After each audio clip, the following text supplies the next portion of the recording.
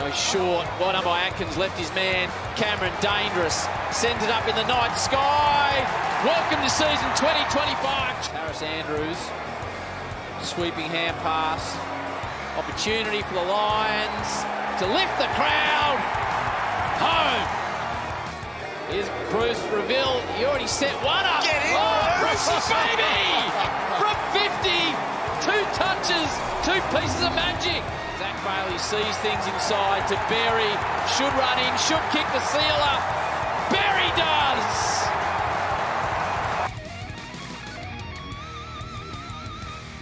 It is the Brisbane Lions Fancast. We're back for another week. We are 3-0. And as Patrick said just off air, we could be the worst 3-0 team floating around.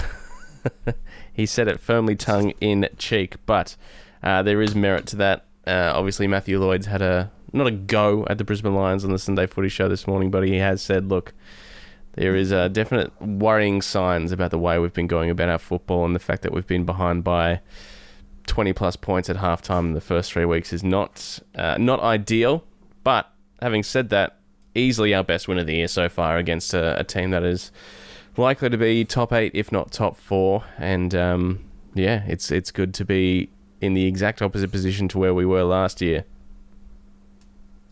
I feel like Matthew Lloyd's kind of lost his head a little bit without Caroline, Wilson and Hutchie and Kane to kind of make him less annoying, which is completely ironic because I know there's a lot of people who don't like a lot of those people. So Matthew Lloyd, what a wiener.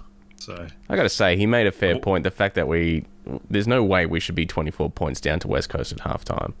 And we certainly have not been playing or inspiring footy, especially our first halves in the first 3 weeks. So the man may have a point. No, not at all.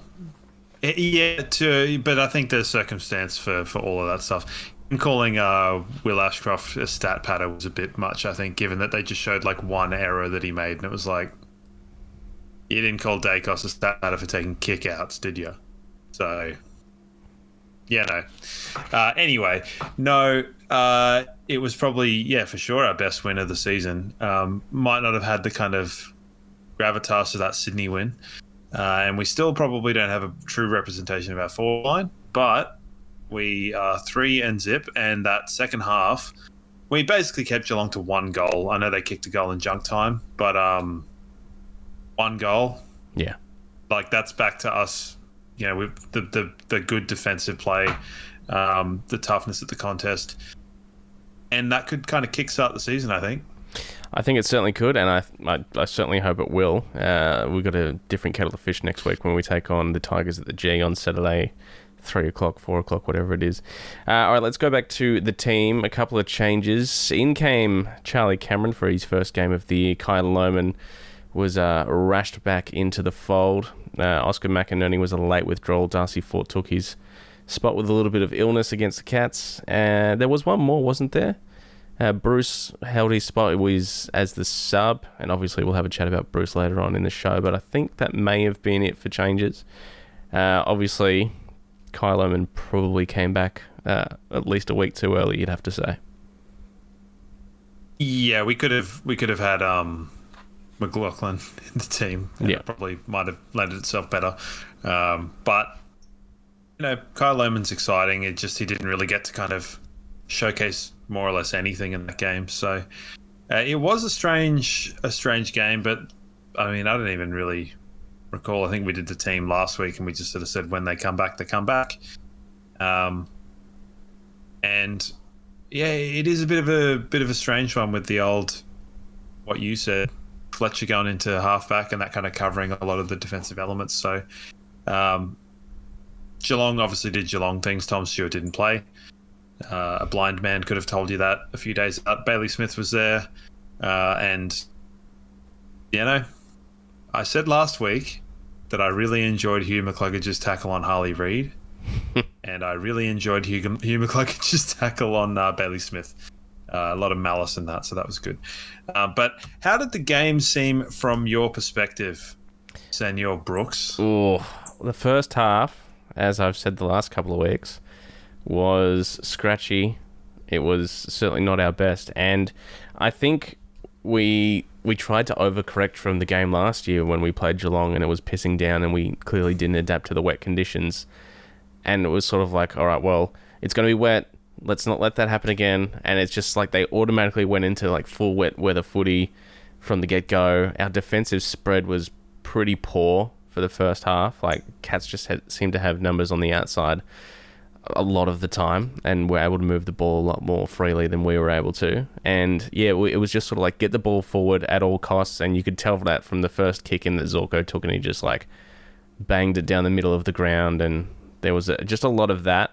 And it wasn't until the second half where they sort of realised, okay, maybe, yes, it's wet weather footy, but it's not pissing down anymore. We can probably afford to try and get our actual game going, and that's what happened. And as you said, we kept them scoreless in the third quarter and to 3 scoring shots in the fourth. So, you know, we all know what happened in the end, and we'll work through it as the show goes on. But yeah, that first half was just sort of, it was interesting. Like Noah Answorth did a fantastic job on Stengel across the whole night. Froggy again was amazing on Jeremy Cameron, and that could be one of Jack Payne's best games ever. I think he was immense the whole night on Shannon Neal. Yeah, his physical presence and his like willingness to get to the drop of the ball early and then protect the space was really, really well done. Harris Andrews had like 1 kick in the first half, but had a very impactful game overall. Even the first half was fantastic. Like, now, slight aside, you know, having 2 games on head to head, I understand that the fixturing probably wasn't supposed to be that, but they're kind of splitting the commentary up a little bit. And, you know, we had some sort of chat where, you know, they were all at the game. So we had Howie, John O'Brown. Who else was there? Lynchy was there. We had Dermy, yeah. And I don't know, but it just seems like with only one play-by-play caller, it just seems a bit aimless. And I mean, I'm not the biggest fan of Howie as a commentator. I'm not the biggest fan of, listening to the Hawks and GWS and listening to what's his face? Dwayne? Oh, shit, who's the guy? Dwayne Russell. Yeah. Dwayne Russell, who has his 7 phrases, and you know, he says them repeatedly. He loves a kick from 60. Every kick is from 60. But I found the sound mix on KU to be really weird. I mentioned on the Discord, it sounded like they were at the swimming. Like there was no crowd sound at all for virtually the whole game. None at all. And I don't know whether that was like how it was at the game, but I heard apparently the atmosphere was pretty good at the game. Yeah, it was pretty good. Surprisingly, there was less people than there was last week. I'm guessing the rain did keep a few people away on Saturday. But last week, Sunday, middle of the day, when it was boiling hot and humid, there was 30+ thousand against West Coast, another interstate club. I thought there would be a few more for this game against Geelong. And I think it was 28,000, give or take. So only a couple less. But it was a great atmosphere because it was just another installment in the Brisbane v Geelong, like, exciting games chapters. Yep. Yeah, it sounded like a COVID game for that first half. Yeah, right. Like, the sound mix was all kind of wrong, all really weird. Geelong clearly handled the conditions better than us. Yeah. And, you know, Fagan said in his press conference after the game that he probably, as you said, overcorrected with the wet weather stuff. But it was like there were some players that just the ball was glued to their hands. Ashcroft was one. Lockie, when he got it a little bit. Harris is amazing. His dexterity is fantastic. And I know he said he only had 1 kick or whatever. Yep. But, like, throughout the game, whereas Geelong just seemed to handle the ball better. Whereas our smalls were really fumbly. Like, Charlie Cameron was really fumbly. I know he kicked a goal early on, Rayner, from a set shot. But I think it was, like, going into the second half, we had 0 marks inside 50 to their 7 or 8. And justifiably, they went 5 goals in a row with a pretty handy lead at half time. So I think there were a lot of people that were a bit worried this one was going to kind of get away, much like the game last year, particularly with someone like Jeremy Cameron doing absolutely nothing, except for a goal and quite a good assist, which, you know, Max Holmes kicked a good goal from that. But in a way that I thought Levi Ashcroft, when he got the ball just outside 50, probably could have stepped on and done the same thing that Max Holmes did. So it was a very strange first half. We looked tentative. We looked a little bit unsure going inside 50. And as I said, I don't think we haven't really seen a true reflection or a true indication of what our forward line setup is supposed to look at post Joe Danaher yet, because No. we haven't had the players and we haven't had the conditions to be able to do it. So it's still an unknown quantity, but the second half was another story entirely. So what were your kind of feelings going into halftime? I thought the Cats were all over us. They outworked us like completely in that first half. I don't think I've seen a footballer work as hard as Max Holmes. He's crazy. Zach Guthrie was really impressive down back for them as well. And just the way they were able to move the ball so much cleaner than us. Like they just seemed to have numbers on the weak side the whole time. Like, and anytime we tried to move the ball, we really had to work hard at it. So, as you said, they adapted to the conditions much better. They worked harder than us, and Dangerfield was, leading their charge on that. He was super physical across the whole night as well. But yeah, the one thing I do like about wet weather footy is you get to watch like pure footballers and then their skill come through, and I guess that's where the Will Ashcrofts and Hugh McCluggages and the Dangerfields and Max Holmeses of the world really got their moments across the night. Yeah, I think the first half, albeit they outworked us and were much cleaner than us, they also got a few lucky breaks. And I mean, I think we got the rub of the green in the second half, particularly in the fourth quarter. But it was epitomised in one moment where Dangerfield miskicked the ball into his friend's face for a lovely falcon, which then bounced back into Dangerfield in space for him to then kick the ball on. And it's like, there it is, guys. You can't do anything about that. Like, when that's happening, just let it go for a bit and try and hold in. And they did, they did. And they've done that every game. Yeah, and I understand that we shouldn't be holding on and holding in against West Coast. But yeah, I think the gap between the terrible teams and the good teams is definitely not as great as it has been. And I also think that, like, if your team is having an off day, you can get absolutely beaten off the park. And we've seen that so far this season a lot of times, big swings. Yeah. And that's happening in sport kind of all over the place. If you're a bit off, you're in strife, because teams can play well and basically anyone can beat anyone. So the second half, though, that was us. We were back. Yeah, that was definitely, that's the sort of footy that we know. That's the footy we got used to in the back half of last year, and that's the sort of footy that we really hope to see a lot more of moving forward. Now, you don't want, like, as they say, you don't want to be playing your best footy in the first couple of weeks of the season. So, and we're clearly not doing that, but we managed to bank some wins. So, you can't really argue with the results, I suppose. But it would be nice to not be down 5 goals against Richmond next week at halftime and have to claw our way back. I guess we'll have to find out. Sort of the opposite from last year. But I think, strangely enough, the final series has given a lot of belief to that, the ability that we can score quickly and we can eat away at this. And I want to sort of make mention about something that I was talking to my brother on the phone a couple of weeks ago. And ordinarily in football, there are always a few premiership teams or teams that have won premierships that are kind of all around at the same time. So if you go back to even the three-peat era, there was, North Melbourne was still a pretty good team. You obviously had Essendon there. We had won a premiership. So there were teams that were like the nucleus of teams that had won premierships, and you can go through all the way through. But in the last 5 years, you look at the teams that have won flags and you go, well, it's been Richmond, it's been Melbourne, it's who else won? Geelong, Collingwood, and us. So 5 premiership teams, but I would wager that 3.5 of them are not still the same team. Richmond are obviously not the same team that won the flag. Melbourne are not the same team that won the flag. Geelong are a different sort. They've got some players, but I'd still put them in a different team. They're not the same group, the same group of players, Whereas the Lions are really the only team in the competition that have a premiership team at the moment. There's no other teams. Collingwood, but Collingwood are old, so let's not worry about them. But in terms of when it comes to crunch, I think we can trust our group to kind of win moments and play like a premiership team, whereas there aren't that many in the competition at the moment.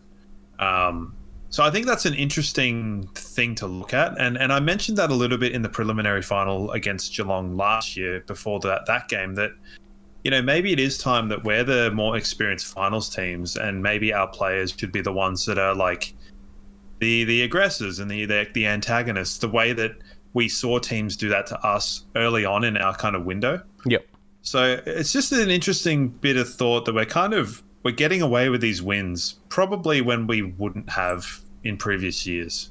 Like, I don't know if we didn't win the flag last year, I don't know that we win those 3 games. No, you're right. I think especially those two, the semi-final and the prelim, there's got to be a belief for those guys that they can win from any situation, because we've seen every game situation now over the last 5-6 years, and we know what to do in any given situation to try and pull ourselves up from the brink. And sure, last year a couple of games it relied on some moments of brilliance from Joe Danaher, but I think as a team, they've got that belief that they can get it done from any situation. It's palpable. You can kind of feel it. And it'd be interesting to see how it grows, because I think that the second half is a really good launch pad for the season. And it would be foolish to kind of to focus on things like, the forward cohesion's not there, and what are we going to do about kicking scores and Lohman's injury or Danaher not being there, or what's going on with Day, like, is he a real footballer? And it's like, well, we've got the best defense in the competition. I think we do. Even without Starcevic, we've got a pretty bloody good defense. Anyone that wouldn't put Harris Andrews as their first pick as a key back is delusional. You can make a case for Sam Taylor, but even then, I think I'm picking Harris every day of the week. Yeah, I mean, we've obviously got bias towards Harris, and rightly so. And his game on the weekend was amazing. Yeah, but it's less bias and more just the fact that every key position defender is compared to him. He's the benchmark for what a great key position defender looks like, and he's stiffed every year at the All-Australian. So he's a 2-time All-Australian that should be a 6 or 7-time, but it's almost like if you have a better year, you go, if it's perceived to be a better year, you go in ahead of Harris Andrews. And we've seen that every year. It's a first-timer or a outlier, whether it's a Lear or Wilkie or Wiedering or whoever the hell it's been every other year. I'm not picking anyone ahead of him, and I don't think anyone reasonably should. No. And I had a chat to the guys on the Hoops crew last night after the game, and he was saying that, like, he doesn't think about Harris Andrews until they come up against him and like, oh, that's right, he's actually really fucking good. We should probably stop bombing it on his head. Well, I don't think there's a defender other than potentially Tom Stewart that is factored into the match strategy like Harris. We saw it with what's his face, the blonde guy from Collingwood in the grand final. Yep. Like, a diffuser put there entirely for that, and Melksham in that year is kind of in vogue at that point in time. But yeah, there aren't any other defenders that people really go to work on like they do on Harris Andrews, which is an indication of his quality. So he was fantastic. So with the game, third quarter we pulled it back. Did we lead at 3/4 time? Or I think we might have been just shy, perhaps. Let me have a quick look at that. We were up by a point actually at 3/4 time. Up by a point. At 3/4 time, yeah. Very nice. Yeah. We sort of just chipped away at them and then got sort of a couple of goals towards the end of that quarter. Did you think at 3/4 time that Geelong would come back into the game? I thought, I mean, it's obviously a game momentum, and we had the entire third quarter, basically, we had all of the momentum. I didn't think for a second that would just continue unsullied for the fourth quarter. I thought Geelong would have their moments, and they did, but we still managed to carry enough of it through, and, Bruce coming on was huge. And I thought the two big moments, I think, was Ashcroft's goal before half-time, and then, 3. I think Levi Ashcroft's goal was a big it brought kind of the team back into it. Yep. It was an interesting point. Harris Andrews had the ball and spread it wide to Levi, kicked it 50 off a step. And I remember sort of saying, like, it could have been Harris or it could have been Levi that kicked that goal, and both of them would have been a really good positive reinforcement for the team. And then, as you said, Bruce coming on was really, really pivotal. Like, within 2 kicks, it just changed the complexion of the game a little bit. Well, yeah, it's like he gets the ball in the middle of the ground, takes a couple of bounces. It takes, 2 or 3 bounces in the space of about 5 steps. And then just the lace out to Logan Morris in amongst sort of 4 Geelong defenders. So that's his first kick. And then his second kick, he just... Would we call that one a lace out? He kicked across his body. That's by definition not a lace out kick. Well, I guess so, but he picks the hole, like, unbelievably. And then, his second kick, he just drained one from 50 with no issues whatsoever. And that got the crowd up and about. That would have got the team up and about. And I would dare say that would solidify Bruce's spot for at least next week. I don't mind him as a sub, got to say. Don't mind him as a sub. I think he works well. He's a good... probably better at home games. I think he put the crowd into it a little bit if things were a little bit dreary. Yeah. What happens. And, I mean, I think...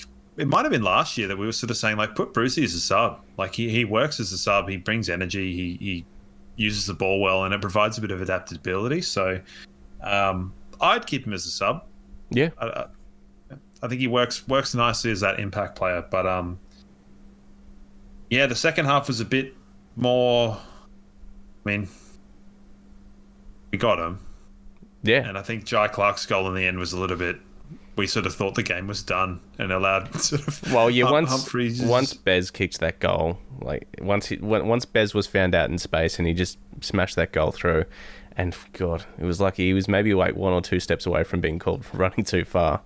But once that went through, you thought, okay, we're done here. We've secured this win, because we were starting to chip away at the clock nice and early, like maybe 7-8 minutes left. We weren't going overboard, but we were sharing the ball around quite a bit to make them defend and make sure that, this is another 30 to 60 seconds down the line. We don't have to play. We can just, if we share it around now, we'll defend with the ball. Well, the benefit of doing that means that they're manning up anyway. So it means that if you win a one-on-one, you're out. And that's exactly what happened with that Berry goal. You look at the knock-on effect. I can't remember how it broke down, but those ones where someone misses a tackle or someone misses a smother, and then the next guy comes, and then the next guy comes, and then you look at it and go, "Oh, we're fried here." Yeah. Like, it happened in the GWS game, countless times last year. Yeah, that middle of the year one, or the one before the bye, that horrible Anzac Day time. one. It was piss. Yeah.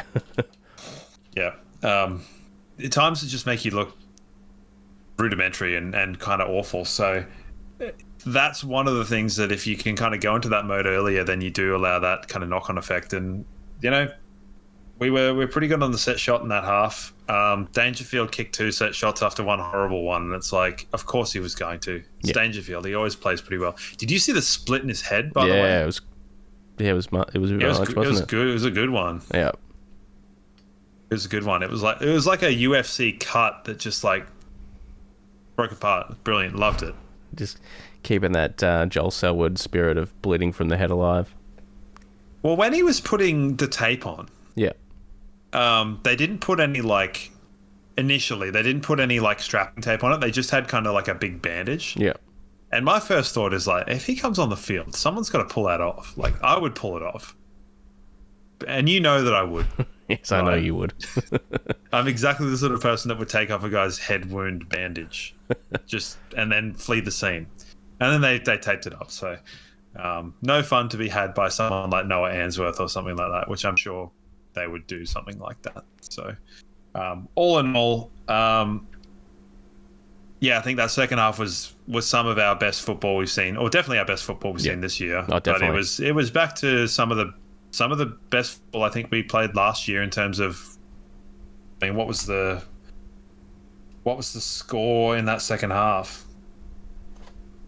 You can probably tell me. It was 8 goals to 2 or something, I think, in the second half, roughly. Yeah, 7 goals to 2. 7 goals to 2, 7 goals 6 to 2 goals 1. Yeah. So 13 scoring shots to 3 against a team that a lot of people think are premiership favourites or fancies. So they'll be up there. That's an obliteration. That's a really, really good half of football. Yeah, definitely. Doesn't get a whole lot better, really. All right, let's talk about some players and their impacts and, like sort of float around the votes here. What did you make of Charlie's first game back? Fine without being outstanding. Yep. Like, made some bad decisions, a little bit fumbly, but kicked a good goal. Like, kind of got the game going. Yeah, there was one especially in maybe it was the second quarter where he's streaming down the wing and Cal Archie, I don't know if it was on the broadcast, Cal Archie had 2 meters on his opponent streaming towards goal, and all Charlie needed to do was kick it slightly out in front of Cal, and that's a given goal, and he just took an extra bounce and then did this weird like kick on the inside of his foot and just butchered it and went straight back Geelong's way. Yeah, it wasn't good, but then he also had one really fantastic kick into the corridor like later on in the game that was just a bit of took about 5 guys out of the contest. So fine. It's fine. Hipwood and Day, it wasn't really the day for tall forwards, so it's hard to really judge them, rightly or wrongly. Hipwood kicked another one on his right, so there you go. That's three on his right, none on his left. I thought, so Day is a funny one, but there was a period of time where he rucked probably 10, 12 minutes. Yep. In the third quarter. And he was well and truly breaking even with Sam de Koning or Blitzarves or whoever was there. Also, Blitzarves kicked another goal. What the hell is going on? Like I said last in the prelim, I was like, collector's item. Never seen that guy kick a goal. Well, there you go. Yeah. He was really breaking even and doing a pretty good job. And these were like ruck contests up on the wing. And I just was like, cool, this will allow Fort to kind of ruck into the last quarter and do a pretty good job. So definitely missed O.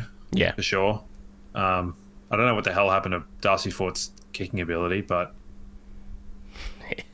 well, it was wet in those early stages when he had that set shot. I would also say that 50-meter penalty was like not on 50? the 53-meter mark, and he didn't get to the square. Yeah, no. Like, strange. What? Yeah, it beggars belief that you've literally got a measurement. Yep. And everyone is able to take a 50-meter penalty and basically just trundle wheel their way wherever they want to go into the middle of the field anyway. And he had to go at like a tight angle, like he's Alistair Lynch in 1998. So no, not for me. Whomst else? I thought Darcy Wilmot, I didn't clip him last week, but I said last week his decision-making was strange. I thought he was infinitely better this week. He had a great game, Moddy. Yeah, his willingness to defend, and we saw nothing of like Brian Myers, and Stengel was a peanut, and Ollie Henry was nowhere. Like, Ollie Henry's probably the one that scares me most in that forward line, particularly after the prelim. Just nowhere. Nothing from their forwards. Dangerfield was the only real option when he floated forward. It was amazing. I thought Dunkley, as always, just worked hard all game, had a cracking game. And Will Ashcroft. Will Ashcroft's not going to be in my votes this week, but I thought he was obviously amazing. Yeah, it was interesting to hear Fagan say he thought it was his best game. Yeah. I thought that was probably a little bit hyperbolic.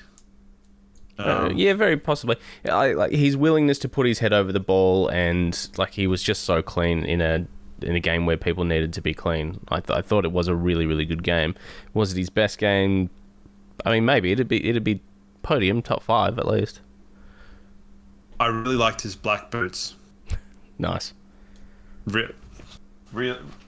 As someone who is a proponent, I love my black boots. Lovely. So I'm a black boot aficionado, so love black boots. Don't care who's wearing them, love them.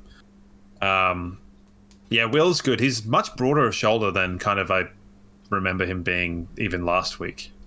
Yeah, well, I mean, he's finally had a full pre-season as well, which helps, so there you go. And then the rest Froggy Lester is amazing. Yeah. I love that guy. I know. I was thinking about this today. I'm so glad he's a premiership player, Frog.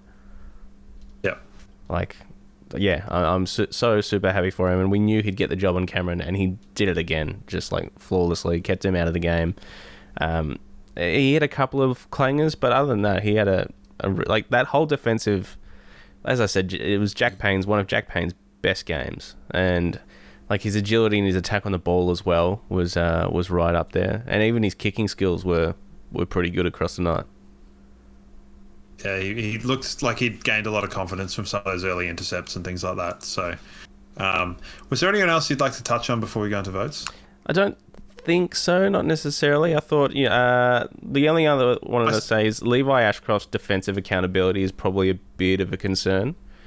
He seems to be stuck in this, and it's it's something that's going to have to get worked out of him because he's been a big fish in a small pond in his junior years.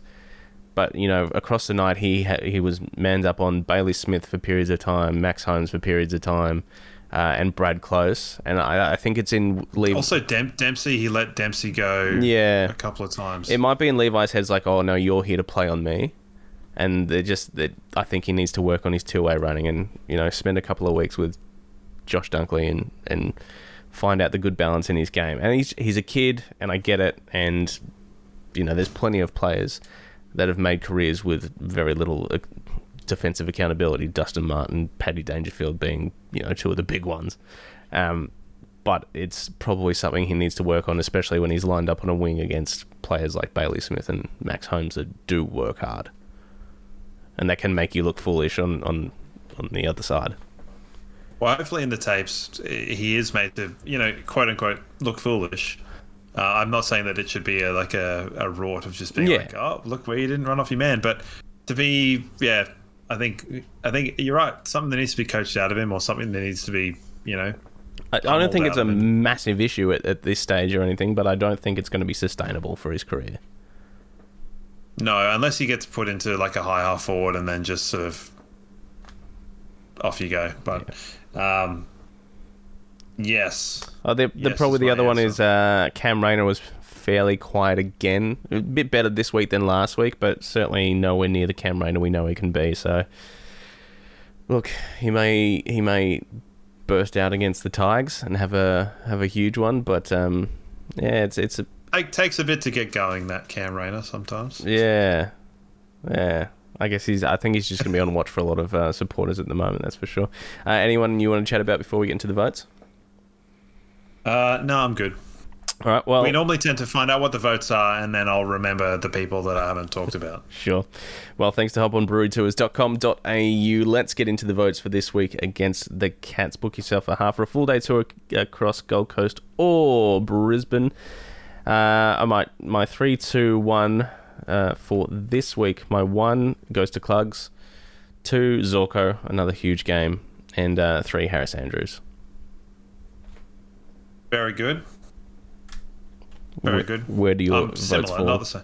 I had McCluggage as 1, Payne as 2, and Harris Andrews as 3. Yeah, nice. Just Payne never gets votes except for that one time. Yeah, and look, I did think about throwing him a vote today as well for that simple reason, as he's very unlikely to get votes again. But I just thought, Zorko was just huge again, and the fact that he kicked a goal as well. One of the ceiling, like in the dying moments to extend our lead, I thought that sealed it for me. Yeah, fantastic. We always know that I just don't give Zorko enough votes because it's sort of, he's too consistent, It's ridiculous. I didn't know that, me, A, liking Dane Zorko, and B, having him be really consistent would be, part of my life understanding arc. It just didn't see it coming. Fair enough. But here we are. No game for the VFL this week. They had to bye, unfortunately, so we can't really go off any form, but I would imagine that Will McLaughlin will come straight in for Kai Lohman, and that Oscar will come in for Darcy Fort. I can't really foresee any other changes. No, I think that's probably pretty right. Yeah. I wonder, the day thing is curious, because I wonder when they're going to jump with Henry Smith? Henry Smith? I was going to say Henry Sharp. Ooh. He played. Harry Sharp played a good game for the D's, actually. That aside. I dare say Sam Day will get a good block, like 5-6 weeks at least, before they reassess it and get some VFL games into Henry Smith. If Henry Smith is kicking, 4 goals a game and starring as a backup ruck or even a first ruck, then I think he's going to make it impossible. But I think it will be they'll give him a block. I hope so. I've said it 3 times already in this cast that we haven't seen the proper forward structure yet. And even with Lohman going out, we probably won't, and that's okay because you don't always get that, but it'd be good to have Lincoln McCarthy, wouldn't it? Certainly would be handy, yeah. Certainly would be very, very handy. All right, I've been saving this. I was almost going to mention on the show last week. I'm going to say something that is controversial at best, sacrilegious at worst. Controversial? Controversial at best, sacrilegious at worst on this podcast.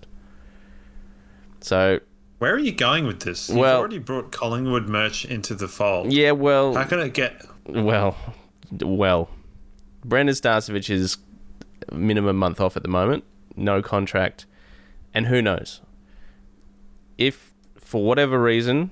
this is the end of Brandon Starcevich because he's medically retired or decides that's it, I'm moving on.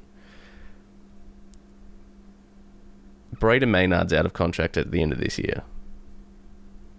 Thoughts? Nah. I'm good. I'd go for Hoff, West Coast. Yeah, okay. Or Winks. Or I don't know, any other player. He's a good footballer, Braden Maynard. Say what you want about him, and I will. Right. He's a good fine. footballer. I just don't. Yeah, he's all right, but no, I'm good. I think the amount of money that he could demand from North Melbourne is more than I would want to pay, and I think he would demand more than what Starcevich would anyway. Yeah, very possibly. Yeah, I think stick to the homegrown. Okay, fair shout. But you're right about third Ashcroft Fletcher. Yep. So, no, sir, I don't like it. Nah, fair call. All right, well, let's have a quick look at the tipping for this week before we get into some questions and finish off with the wheel. At this stage, is Freo West Coast done? Well, I mean, if it's not done, it's it was done. It was done, yeah. Fremantle won. Right, so I unfortunately, the 9th minute of that game was a severe anticlimax. I got to say, after all my Harley Reid bashing last week, in between, it wasn't bashing. It was just, the Ben Cousins picture, A+, loved it. Yeah, brilliant. And so he's clearly got a sense of humour. Yeah. I got 6 on my tips this week. I missed out. I backed Carlton, idiot. And I had GWS to beat Hawthorn. Got everything else right. Yeah. I got 5 because I'm an idiot. And I tipped Melbourne. I will not be doing that again. Yeah, that was... Yep. So I had a switcheroo, last week I tipped Essendon by what was it, 11 points or something? That's right, yeah. And I panicked and realised under no circumstance should I be tipping Essendon. And that was insane. And then I also panicked and changed my Carlton tip to the Bulldogs because I realised that no sane person should tip Carlton. Yep. So that's the mistake I made. Yeah, I'm not enjoying this tipping because when you're a little bit behind, you make poor decisions and you should just tip the teams that you think are probably going to win. I got to say, I haven't watched a kick of a Gold Coast game this year because conflicting times and all of that. But should we be worried? I think so, yeah. Because I have watched both their games, and that midfield is absolutely humming at the moment. Their backline with Sam Collins and Newland is really good.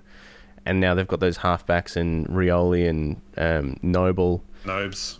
And just all those players like Bailey Humphrey and Closey and Graham and stuff, they've all just developed another year. And Ben King's playing good footy without still playing amazing footy. Yes, I think they will Yeah, like this week against Adelaide is going to be a really good game because they both just got like significant scoring power, and I'm actually really looking forward to it. Saturday 1 o'clock. What a shit time slot for like a really good combo. Interesting looking at the ladder, right? So you've got Hawthorn, top, and Adelaide second.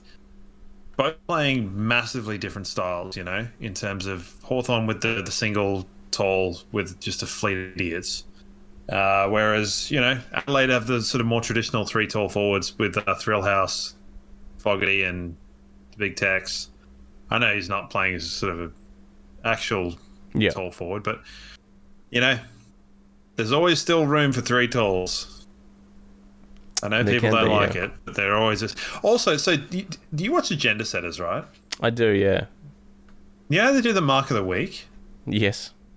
The Mark of the Week last week was pathetic. And they didn't include Logan Morris's, like, Jonathan Brown kneeing Cal Archie in the head over the top of the... Like, it was just like a dude taking a chest mark in the other ones. Like, what game are they watching? I don't know. Sorry, it's just... I forgot about that, and I just immediately remembered it and got annoyed. So... All right, well, who are you tipping this week? Starts off Thursday night, the G. It is Collingwood and Carlton. Oh, fuck's sake. Well, spitefully Collingwood, sorry. Yeah. Collingwood by 30. 30? Let's go. Jeez. Yep. Geelong, Gold Coast, Lions, North Melbourne, Lions, Port Adelaide, Dockers. Right, all the home teams except for the Lions. Sure, yeah. I haven't tipped North Melbourne. Yeah, I'm still... That Adelaide and Gold Coast game is going to be... That's a genuine 50-50.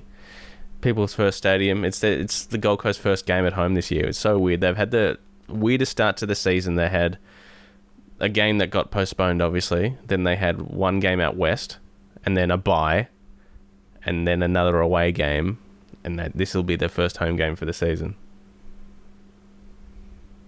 That's pretty wild. Will People's first be a crumbling castle, though? I hope not. But now I haven't.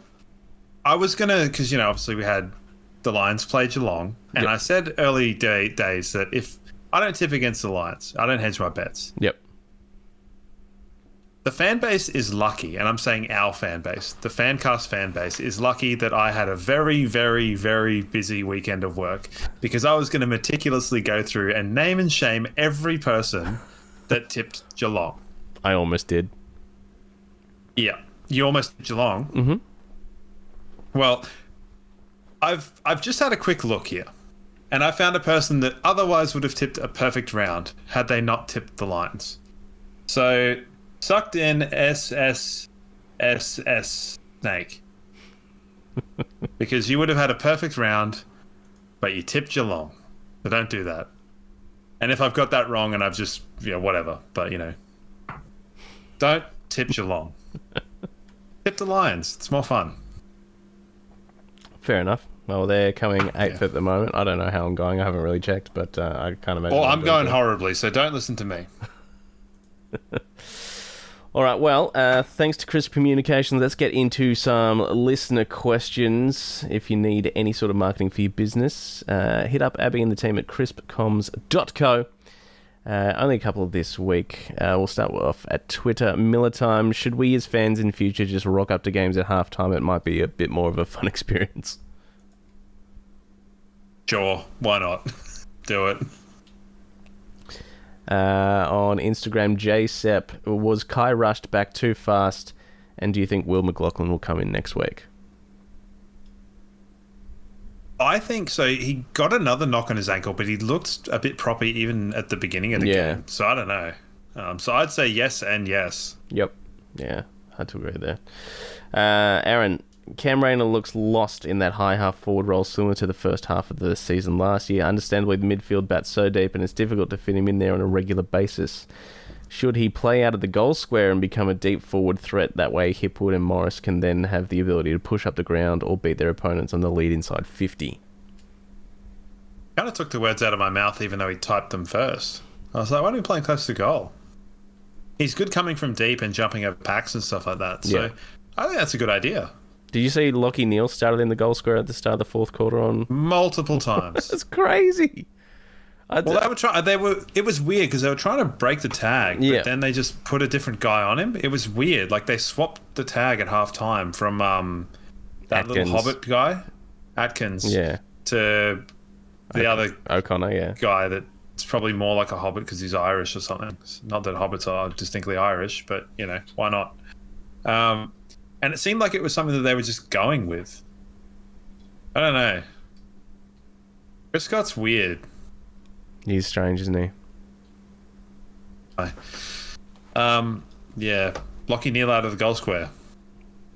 Cam Rayner out of the goal square. Yeah, why not? All right, this one's from Peter. Hey, fellas.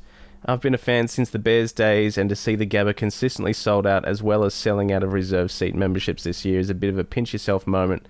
This, along with the news of, obviously, Victoria Park in 2032, it's a great time to support the Lions. Are we now entering into a more mid to high mid-tier level club now as far as support goes? It doesn't show any signs of slowing down, especially in Brisbane. The support really is large these days. Would love to hear you guys spitball this one around. Well, Brooksy, I've been to some weird Gabba games in childhood. I can tell you that. Still in my mind's eye, if I picture the Gabba, it's still got the social club. So that's how insane I am. I don't know whether that's some sort of disorder, but might be. The Brisbane fan, you're probably going to have to take the lead on this because I dipped down here like just before things started to kind of roll in an interesting way. What I will say, though, is in 17 and 18, for whatever reason, I recall distinctly looking at like crowd numbers in those years and comparing them like percentage-wise to capacity with like 98, 99. Yep. Just to sort of see what the hell, if they were trending in an interesting way. And they were. So I think the writing was on the wall in terms of like when you've got the comparison for when Lee came on board and when Chris Fagan came on board, there was a sense of kind of, okay, cool, stuff could go interestingly here. And things did pick up. And plus, down here in Victoria, there's like a massive Victorian fan base. Like they are so prevalent at games. Yeah. You go and you don't feel like you're part of. It's not like you're like the Gold Coast or like Port Adelaide, where there's like 5 dudes. It's like full banks. So it's healthy, I think, across the board. Brisbane, what do you think? It's a tough one. It's obviously, we're selling crowds out and everything, and right now the idea of a 60,000 seat stadium that's just been ticked off sounds like a good idea, but there's every chance that in 2032 we're not a top 4 team, a top 8 team, and we're maybe closer to how we were back in 2014, 15, 16, and we're getting 17,000 people at a game. But it's the old adage of Queensland fans are really fickle, and it's the same with the Broncos. If the Broncos aren't doing well, then Queenslanders don't rock up to the games, and if the Lions aren't doing well, they don't rock up to the games. So who knows? There's quite a big push for junior footy though? Yeah, more definitely. So in Brisbane, Queensland than there was sort of back in my Jindalee Jaguar days of under 9s. And it helps when you've got a team that to look up to that's just won a flag and is contending as well. So you've got Charlie Cameron and Lockie Neal and Harris Andrews and stuff, all those guys to look up to. Once again, if those kids weren't looking up to the Tom Cutlers and the Nick Robertsons 5-6 years ago or whatever it was, they're not looking up to the Cedric Coxes, a team that's walking away with a 4-5 win season. So it swings and roundabouts. Do you think that we go back to that, or do you think we're kind of in more so that regeneration top up model? I know that's what they're chasing. They've been pretty open about the fact that that's what they want to model it on. The Geelong Sydney, just like Geelong Sydney, yeah. Which I think is like It's hard to perfectly do. cromulent in the way, yeah. But I think that it's the sort of thing where I think a stadium like this is a bit of a step because that gives you like certain soft cap allowances and stuff, right? Like I've got no idea. you have a more revenue streams. Like I don't understand the finances of it all. Like living in squalor here, so I'm not exactly the person to be giving financial advice. But yeah, is it the case of a bigger stadium brings bigger revenue? I mean, obviously they're gonna have to pay that back or rent it from the government or whatever anyway, right? Like I don't understand. Yeah. What's your take on it? I mean, it's obviously great. Like the Gabba is well and truly the worst stadium in a capital city across Australia. Like it's in much need of a refurb or just as what they're doing, a knockdown and build something different. Like not just for footy, but for cricket as well. Like it was for forever and a day. It was like the first test of this, summer of cricket was always at the Gabba, and now the last couple of years it's been taken away. And I don't know if that's necessarily because the Gabba's a bit of a shithole or because they wanted to get Perth out of the way first and then bring it over to the East Coast. But yeah, like it's definitely due for an upgrade. Like, and at the moment the numbers demand it. Like it is supply and demand. We're selling out games, we're selling out memberships, and like the amount of members versus the capacity of the stadium doesn't add up. So it makes sense at this current time. Yeah, we need a bigger home, but I just hope it still makes sense in 2032 and that we can sustain that model that we're after of continuously contending like a Geelong and a Sydney. Like it's hard to do. Like Richmond, Melbourne couldn't do it. I'm sure every club wants to do that, but not everyone's been able to do it. Yeah, I think there's something with that though, with being more of a destination area. Like there's not really that much difference between playing your football at Richmond or playing football at Melbourne or playing your football at Essendon or they're all basically the same. Whereas there is something different about the idea of getting a little bit out of the spotlight. There's no way you could have told me the players that we would have, or the stature of players we have playing for the club now, and the ones that we're bringing in via trades and stuff, like back in 2014. Yeah. Then at that point in time, we're getting in Mitch Robinson to extend his career because he got the sack. Yeah, we're getting Ryan Bastanak. Yeah, like Tom Bell. stuff like that. Oh God, Tom Bell. If he comes up on the wheel, I'm just gonna end the call. It will. Whereas you look at it and go, well, Dunkley, best and fairest winner, Lachie Neale, Danaher, Charlie Cameron. Like people want to play for the club. Yeah. And the funny thing is that some of those players turned up when we were bottom. So there's something, on the whole, the club is obviously in a very, very strong position, but I think it's a very plausible situation to be in that we could top up almost indefinitely. And yeah, it's not going to be like winning flags every year, but good. Hey, win look, the next 20 flags. Far out. I reckon, yeah, if you can sell the dream to anyone saying like, hey, it's easy for Geelong because, aside from all the nonsense of, they're paying people under the table, house and land packages, all that sort of stuff that people talk about. Isn't that why you paid me to move to Geelong? Yes, that's right. You can live on bloody Reece Stanley's farm. They're like, all you have to do is you walk into Geelong. They've clearly got a good culture, and you have to say, look, you will play finals every year, and there's a good chance you'll be top 4. You'll play prelims, and you'll probably pinch a flag in your career if you come and play your footy here. I think probably the biggest test for this model will be when Chris Fagan stops coaching. Yeah, that definitely. Next transition will be pivotal because it'll need to be someone that can, as you said, sell the idea. So I think that'll be a very important thing, and I think it will either reinforce the ability to do that, or it will crumble. Yeah.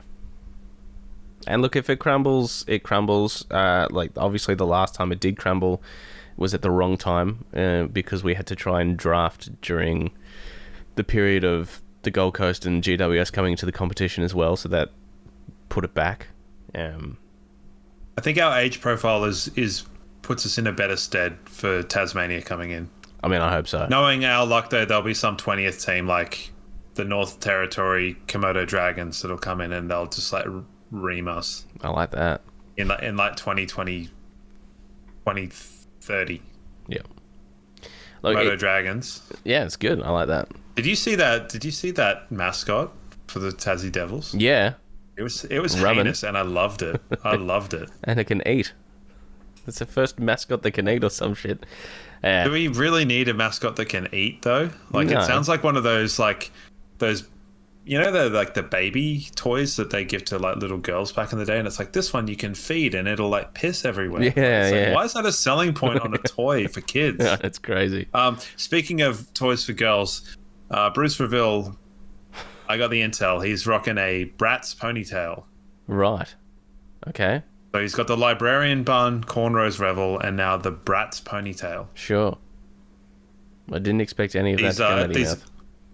These assessments all come from my partner, so I like it. blame her, not me. All right, last question from Alex. Do you think there's potential for Jamara Ugle-Hagan to come to the Lions? Is it worth taking the punt on him? If not, do you think we'll sign an established key forward next year? And if so, who? Obviously, the big talk's been about Oscar Allen. I hope not with Jamara. Yeah. Two mentions in a minute. My partner's really good at social media digging about stuff that's going on with players. Sure. She's really good. Gave us all the letdown of that Nashville trip. And you know, some of the stuff he's done seems pretty not great, and he seems like a person who's just been told he's the greatest his whole life, and he seems like a bit of a shit bloke. Rory Lobb, by all accounts, he essentially trashed Rory Lobb's house while he was like staying there, being able to stay there, and Rory Lobb's just like, "Come on, man, really?" So, I would rather not have that kind of influence on the locker room. I'm inclined to not. And I think in terms of will we hire an established key forward, I think we will. Did I say hire? Yeah. You've got the job. Okay. We will hire. We'll hire a mercenary. What's the word? Sign? Yeah, recruit, Trade? sign. Recruit? Yeah. Okay, they're all basically the same. I think we'll recruit someone, but I don't think it will be necessarily like a marquee one. If it's not Oscar Allen, it won't be. It'll be like a second in command type. Well, the other that I think will come in. name is Mitch Lewis from Hawthorn, who has ties to the club. He's got a bunch of friends up here as well, so that's. What are his ties to the club? He's got friends. Like he's quite close with a number of the players. They all went on a golfing trip together as well, and like he's friendly with a bunch of them. All right. But obviously injury troubles as well. Not that Joe was, not that Link wasn't. So that's not really a deterrent as much as it was, because we've sort of got enough points in the bank to sort of say, hey, yeah, we can take injured players and get them playing full seasons of footy again. So. That could be an option, Mitch Lewis. Yeah, Jamara's I probably tend to stay away from. Mitch Lewis, didn't he he's been unlucky, right? Not like, they're not soft tissues. They're like him landing on his knee and it coming out the side of his leg sort of stuff. Yeah, I mean, that's one way to put it, yeah. Putting a bit of mayo on it. I mean, you're basically right. There's been a lot of knees, and I think hamstrings that have sort of been byproducts of the knees. Yeah, it's a hard one to know. Yeah. Well, someone will be there. Unless Henry Smith is amazing. They've obviously had 2 years to think about it, because we since found out that Fags knew about Joe Danher and the list department knew about Joe Danher after the 23 grand final. So I'm sure they haven't been sitting on their hands going, well, I wonder if someone will just want to come to us. I'm sure they've been putting the work in, and clearly they've had meetings with Oscar Allen. So I think that's, and we were working on Darcy Fogarty. He obviously decided to sign with Adelaide as well. Scary blue-eyed fella. Yeah. Well, that is it for questions, which means it's time for your favourite. Is it already time for the wheel? Is it really already time for the wheel? It is already time for the wheel, my friend. Just going to fix that up a little bit. It is already time for the wheel. So, you won last week. I think Tom Cutler got the singular vote across our social media platforms. So well Who done. won the week before? I didn't really put it open to the people, but I was pretty happy to take the Ryan Lester versus Anthony Corrie win, if I'm honest. I was prepared to just take that win. Yeah, I guess that's probably all right. All right, would you like to shoot first or second? Or we can do it this way. I'll spin the wheel, and then you can decide whether you want to keep that player or spin again. Or pass. I like that element, but let's do it with you first. All right. Because I was first last week, so you can keep or pass. I'll tell you what, if Simon Black rolls up, I'm taking him. Ooh, Zach Bailey. Zach Bailey. It's not a bad one, is it? It's not a bad get. But then I need to bank on you rolling a Ron Hooper here or something like that. I think I'll. They wore the same. They wore the same number. I think I'll hold with Zach Bailey, right. and roll the dice here. I'll spin the wheel. Oh, Justin Lippage. This is like the mind and the heart together at last here. Justin Leppich. Well, both premiership players. You can put it that way. Zach Bailey, a little bit more X factor, a little bit more dynamic, a little bit more running. You've been a bit harsh on Justin Leppich there. You've seen some of his stuff from the Bears in the '90s. Mate, I'm trying here. I've got to do my bit for Bales. Have you started your preamble yet? I didn't know you'd started. Yeah, this is me trying to make the case of Zach Bailey here versus Justin Leppich. Go ahead. I'll stop. Kicked two of the great grand final goals. Zach Bailey. What was he, pick 15 in the national draft? Obviously, very exciting player, and still room to add a few more premiership medals into his repertoire. Having said that, Justin Leppich was my absolute favourite player growing up. So really, yeah. Okay. So I've got a Jekyll and Hyde going on here. So Justin Leppich was my favourite player as a child.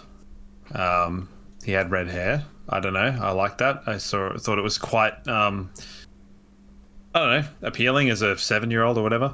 I remember meeting him at the Cooperoo pool when they were doing Hydro, and he stole a bunch of my tiny teddies and gave me a Bears hat that he signed when they had just become the Lions. It was very confusing.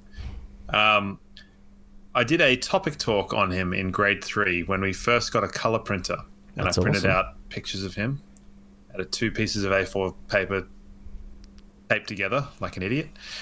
It was when he was mainly playing as a forward. He was a swingman. One of the great swingmen. I think him and Daniel Bradshaw were absolutely imperative to that premiership. And probably the longevity of the team throughout the home and away season. Some of his highlights, obviously, the Wayne Carey story is legendary, of him kicking 4 or 5 goals on Wayne Carey, just taking him the other way. And then the famous adage in the lift of, "Where would you be without us, Lee?" And to which Lee said, "The player of the century." So Lee had his last laugh there. On the other side, he nearly destroyed the club. I was going to say counterpoint, not the greatest coach. Nearly destroyed the club. I don't think that was single-handedly him. He didn't necessarily have the list. But I haven't. No, but I haven't heard good think stuff from that time.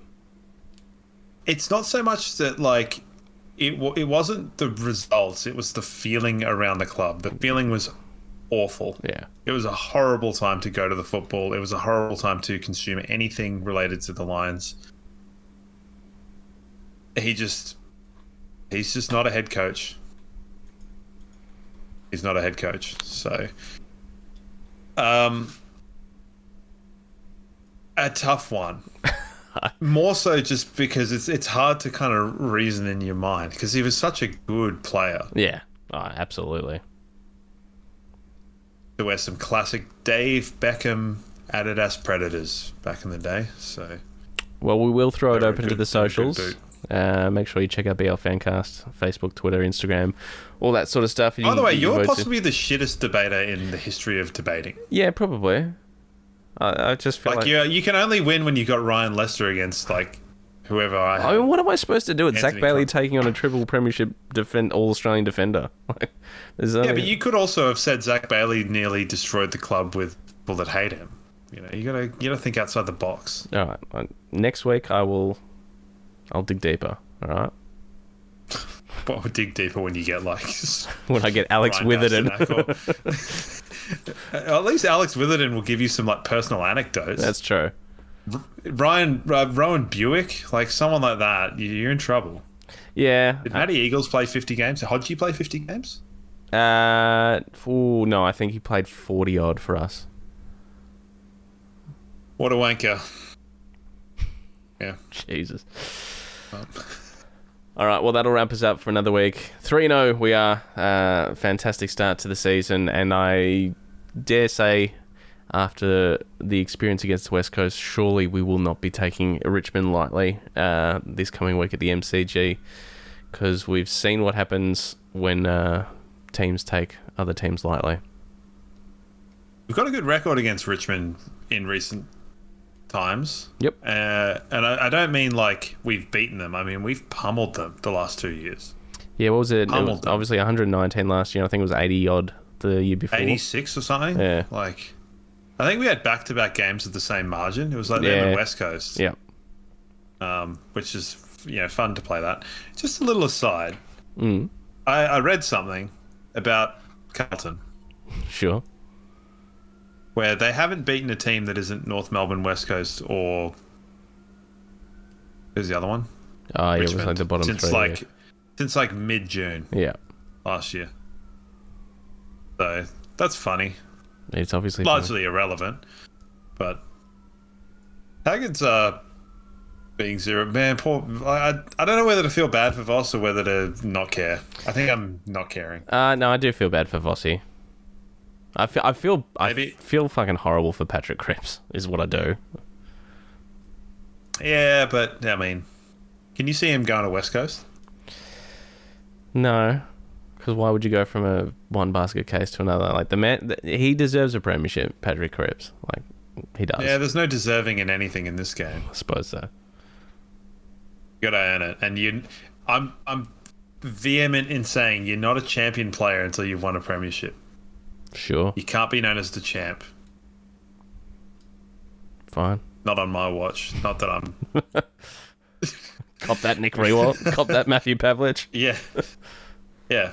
Basically, Rewalt. Tell you what, that guy he's a weird fella. What's your favorite? What do you prefer? Agenda setters on which day? I